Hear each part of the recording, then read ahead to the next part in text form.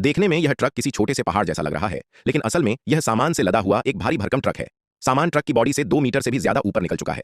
हालांकि यह ट्रक की क्षमता की सीमा है, मालिक की नहीं।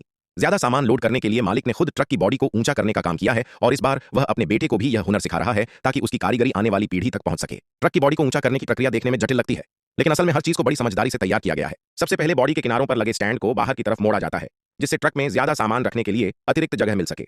इसके बाद रस्सियों को बांधने का काम शुरू होता है। मालिक मजबूत रस्सी को किनारे लगे हुकों पर बांधता है और फिर रस्सी को अच्छी तरह खींच कर कसता है।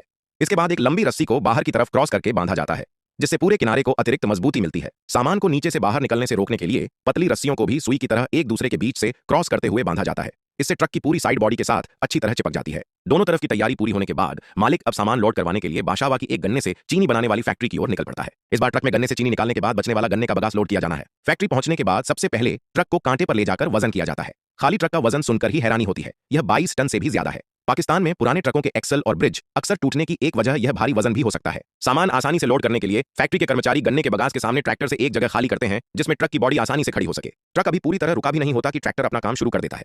ट्रैक्टर के आगे घास काटने वाली मशीन जैसी मजबूत धातु की प्लेट लगी है, जिसकी मदद से वह बड़ी मात्रा में बगास को उठाकर ट्रक के अंदर धकेलता जाता है। डीजल इंजन से चलने वाला यह ट्रैक्टर बेहद ताकतवर है।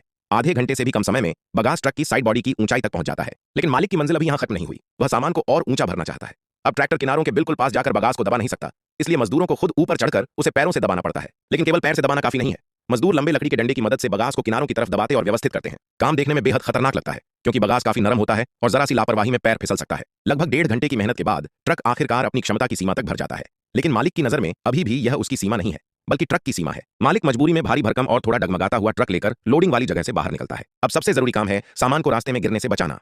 इसके लिए मजदूर पूरी बॉडी पर बड़ा तिरपाल डालते हैं। पहले तिरपाल को अच्छी तरह फैलाकर ढका जाता है, फिर किनारों को मोड़ा जाता है और अंत में मोटी रस्सियों से पूरी तरह कसकर बांध दिया जाता है। इस तरह अगर रास्ते में ट्रक हिलता डुलता भी रहे तो सामान के बाहर गिरने की संभावना कम हो जाती है। तिरपाल और रस्सियों की पूरी व्यवस्था होने के बाद मालिक आखिरकार ट्रक लेकर अपनी मंजिल की ओर निकल पड़ता है। अब सवाल यह है, आपके हिसाब से इस ट्रक में कुल कितने टन गन्ने का बगास लदा होगा?